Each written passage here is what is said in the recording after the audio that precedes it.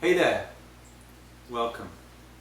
This is Arjuna Ardagh, and I decided this week for my blog to do something a little different. Usually I write a lot of stuff for you, and today I thought, well, let's have something a little more personal and connected. I'm just sitting here in my home in the Sierra Nevada mountains reading this new book by Bill Kauth and Zoe Alawan. It's called We Need Each Other. It's a beautiful book about building community and how, the inner awakening that we're experiencing and shifts in consciousness is outwardly experienced as the dissolving of barriers, the dissolving of conflicts, and the feeling of more oneness as a human race.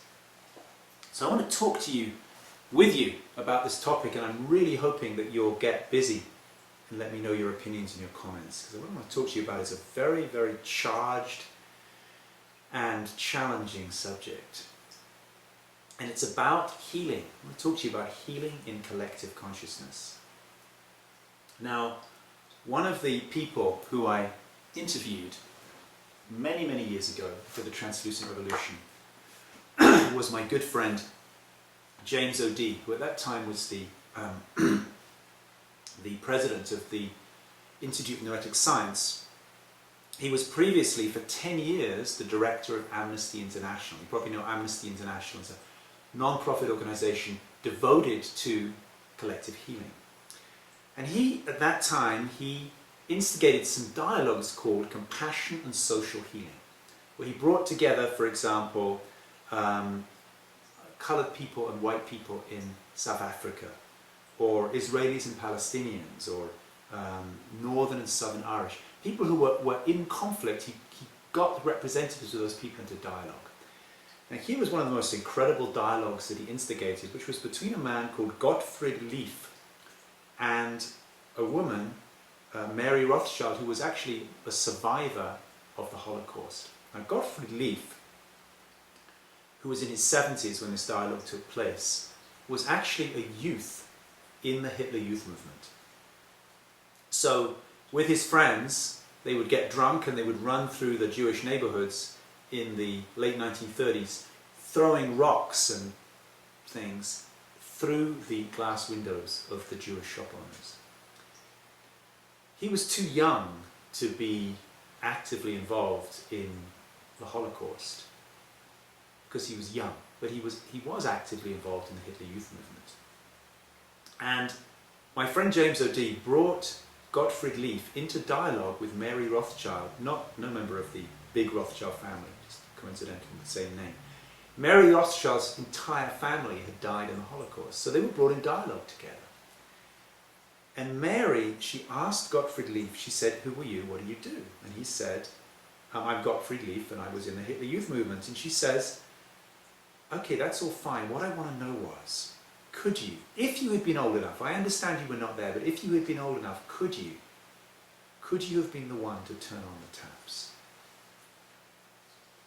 Very powerful question. Could you have committed mass murder? I know you didn't, because then you'd be tried for war crimes, but could you have done it? And Gottfried Leaf, this old man in his 70s, who had committed no crime exactly, he looked down and he thought for a long time and he said, "I don't know.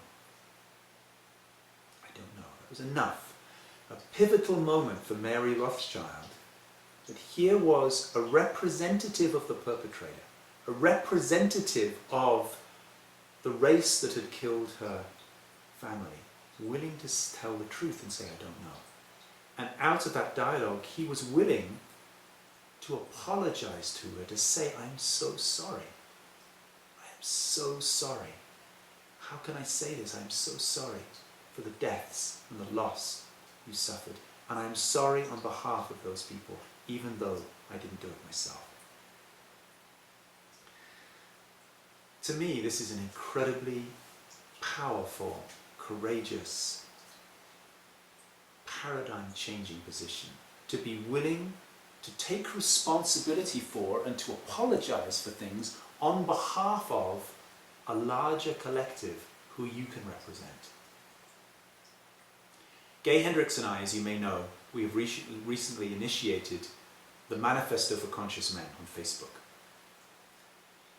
And in the manifesto, we talk about the abuse that has happened to women throughout the ages. And we're willing to say there, we did not do any of these things ourselves. We've never raped women.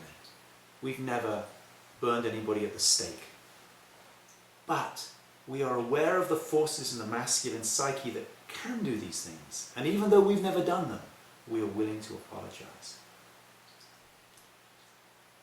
Now this statement, not just that we were willing to do this, but we were advocating for all conscious men to take a stand and say, in the interest of a fresh start between men and women, as men, we are willing to apologize for the unconscious behavior of all men in the past.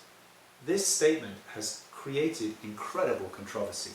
So you may have noticed there's a massive dialogue going on the manifesto page on Facebook.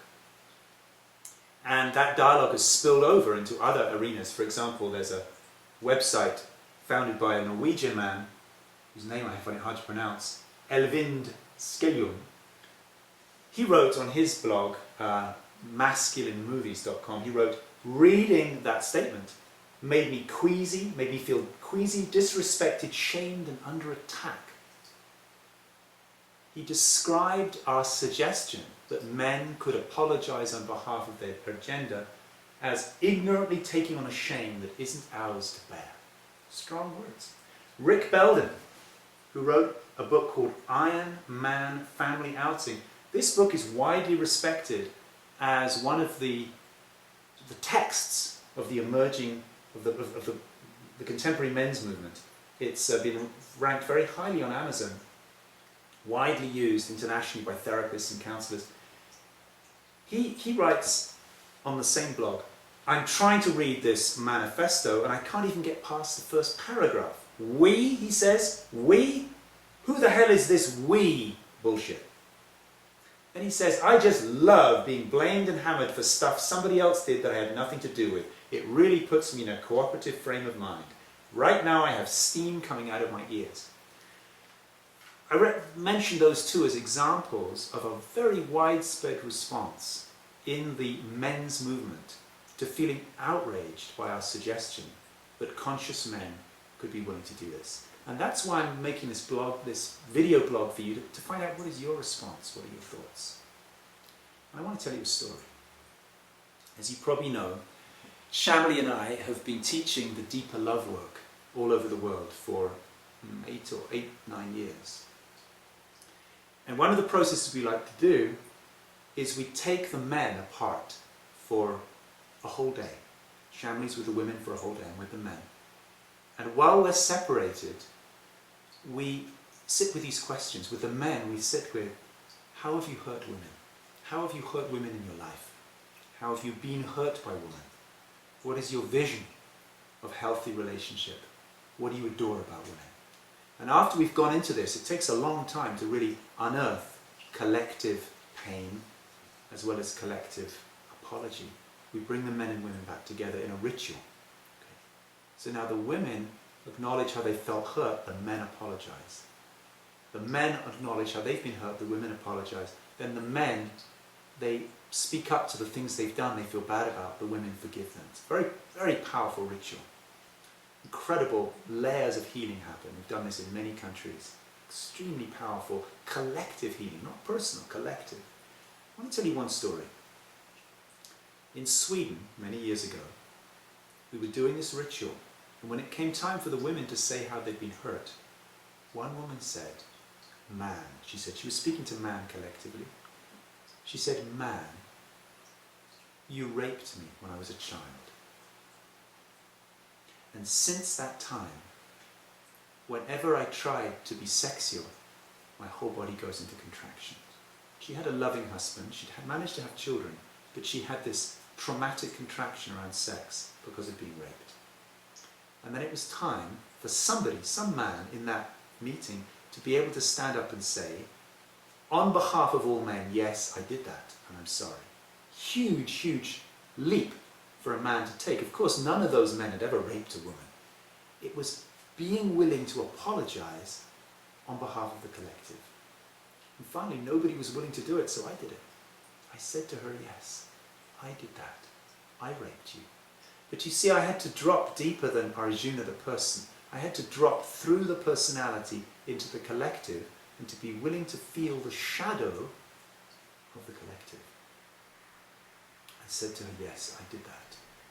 I had to feel it. I had to become the rapist that I've never lived. Yes, I did that, and I'm sorry.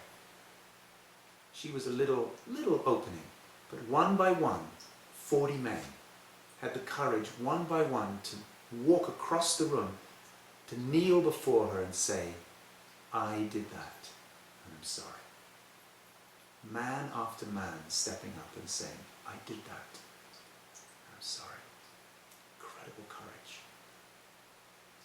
Of course, it would outrage the likes of Elvind and his friend.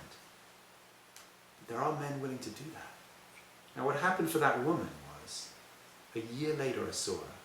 A year later, she said to me, I have to thank you for that workshop. I said, I'm glad you enjoyed it. She said, in that day, the trauma was released, and I haven't had any contraction around sex since then. Here's the thing about collective healing of this kind. Very often, the person who actually committed the perpetration is either dead or unavailable or unwilling to apologize. So here is the possibility of men being willing to apologize to women on behalf of their agenda. Women being willing to apologize to men on behalf of their agenda. Southern Irish being willing to apologize to Northern Irish people for the murders, and vice versa. Palestinians apologizing to Israelis. Israelis apologizing to Palestinians, not for things they did, but for things that they can represent. This is a powerful, controversial topic which obviously deeply upsets many people. It's something that Gay and I stand behind in our manifesto, that this is the way forward, to be willing to apologize collectively. And I want to hear your thoughts. There's a comment area below. Please feel free to agree, to disagree, to modify, do what you want. I'd love to hear your thoughts and to get as wide a spectrum of attitudes as possible about collective healing. This is Arjuna Ardagh. Thank you for listening.